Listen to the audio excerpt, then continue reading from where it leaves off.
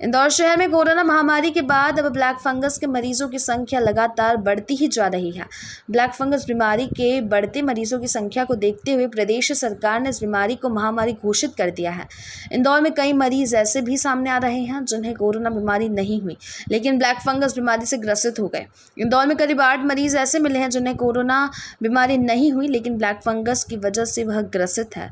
इस पूरे मामले पर MYH के डॉक्टर VP पांडे का यही कहना है। ब्लैक फंगस जो मरीज आ रहे हैं उनमें या तो हल्के कोरोना के लक्षण थे और वो ठीक हो गए हैं। हल्के लक्षण ने इन मरीजों के इम्यून सिस्टम को प्रभावित किया है। इस वजह से इस तरह के मरीजों को ब्लैक फंगस होने की संभावना जताई जा रही है। आधिकारिक तौर पर अभी शहर में 175 ब्लैक फंगस के मरीजों का अलग अलग अस्पतालों में उपचार हो रहा है।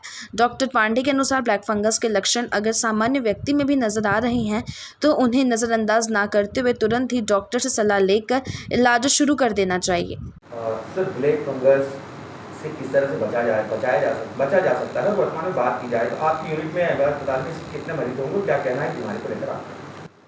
दरअसल पिछले कुछ सप्ताह से ऐसी संभावना रखी जा रही थी कि क्योंकि बहुत बड़ी मात्रा में कोविड के पेशेंट ठीक हो गए हैं, जिनमें से इस बार डायबिटीज़ कई मरीजों में देखी गई थी और स्टेरॉइड्स का यूज़ भी काफ़ी ज़्यादा मरीजों में हुआ था।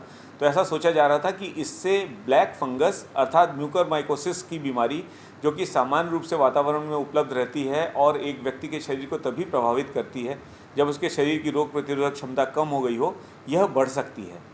संभावनाओं के अनुसार पिछले हफ्ते से ही हम लोगों ने इसके मरीजों की संख्या में बढ़ोतरी देखनी शुरू की और 7 दिन पहले हमने अपने MY अस्पताल में एक वार्ड खोल दिया था। लेकिन हम लोगों के अनुमानों से भी ज़्यादा पेशेंट्स बहुत ज़्यादा तेज़ी से आ रहे हैं और आज हमारे पास 175 से भी ज़्यादा पेशेंट्स MY हॉस्पिटल के अलग अलग वार्ड में भर्ती हैं। दरअसल इसके बचने के लिए तो हमको ये देखना पड़ेगा कि अगर व्यक्ति जिसको कोविड हुआ है, अगर उसको डायबिटीज़ है तो उसकी डायबिटीज़ पूरे कोविड के इलाज के दौरान पूरी तरह से नियंत्रण में रहे। उसको स्टेरॉइड्स की डोज जितनी निर्धारित है उतनी ही दी जाए, उससे बहुत ज़्यादा ना दी जाए ताकि उसके रोग प्रतिरोधक क्षमता में कोई फ़र्क ना पड़े। एंटीबायोटिक्स का भी अनावश्यक रूप से इस्तेमाल नहीं होना चाहिए और साथ में ही बचने के लिए कई बार हम लोग मरीजों को यह सलाह भी दे रहे हैं कि जब आपके लक्षण शरीर में शुरू होते हैं तो उन्हें तत्काल पहचाने भी। आप ये समझ लीजिए, यह फंगस हमारे वातावरण में उपलब्ध है और हमारे सांस लेने के द्वारा नाक के रास्ते से शरीर में प्रवेश करता है। सबसे पहली जगह ये नाक में ही रुक जाता है और वहीं पे बढ़ना शुरू करता है। नाक में बढ़ने के बाद यह नाक की झिल्ली को तोड़ करके अंदर घुसता है, वहाँ पे काले काले स्पॉट्स बनाता है। हमारी नाक एक तरफ से बंद होनी शुरू हो जाती है और नाक से बोलने में भी दिक्कत हो सकती है। नाक के द्वारा ही यह फिर ऊपर की तरफ आँख में जाता है या नीचे दांतों में भी जा सकता है। दांतों में या मुँह में या जबड़े पे एक कालापन होना, काले काले धब्बे बनना, उनमें से खून आना, नाक छिनकने में खून आना, यह पहले लक्षण होते हैं। इसके बाद अगर उसी समय पर इस बीमारी को पूरी तरह से नियंत्रित नहीं किया जाता है तो यह फंगस आँखों में चला जाता है। आँखों में देखने में दिक्कत हो जाती है, आँखों में दर्द शुरू होता है, कभी कभी दृष्टि पूरी तरह से बाधित हो जाती है। अगर फंगस की ग्रोथ आँखों के आसपास काफ़ी ज़्यादा हो जाती है तो वह गठान बनाता है, जिससे आँख बाहर भी निकलने लगती है, व्यक्ति को दो दिखाई पड़ने लगते हैं। यह एक गंभीर अवस्था की शुरुआत हो चुकी होती है क्योंकि इसमें व्यक्ति के इलाज में हमको आँखें निकालनी भी पड़ सकती हैं।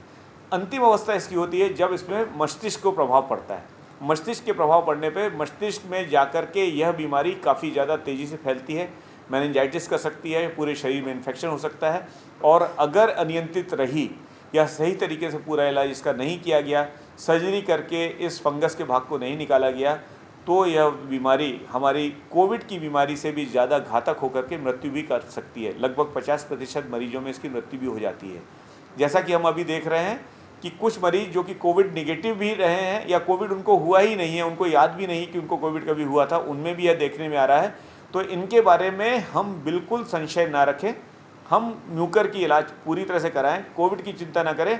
आप लोगों को सभी को बार बार सही साधनों द्वारा बताया जा चुका है कि कोविड का वायरस लगभग 70% मरीजों में तो कोई लक्षण भी नहीं करता है। ऐसे लोग जिन्हें हम एसिम्प्टोमेटिक लोग बोलते हैं, उनको कोविड होकर के अगर ख़त्म भी हो जाता है तो उनको कोविड नहीं होता है, मगर कोविड के द्वारा हमारे इम्यून सिस्टम में या रोग प्रतिरोधक क्षमता में किया गया प्रभाव बहुत ज़्यादा दिक्कत दे सकता है। तो इसमें म्यूकर का इलाज हम लग करके कराएं। यह बीमारी हमारे कोविड के साथ हो या बिना कोविड के हो, उसकी आप चिंता न करें। कोविड के साथ रहे या ना रहे, इस बीमारी का इलाज एक ही है। तत्काल सर्जरी कराने की आवश्यकता पड़ सकती है, या मुंह से गोलियां लें, या इंजेक्शन एम्फोटेसिन बी के सक्षम चिकित्सक की सहायता से सही समय तक लगवाएं, ताकि आप इससे भी पूरी तरह से मुक्त हो सकें। सर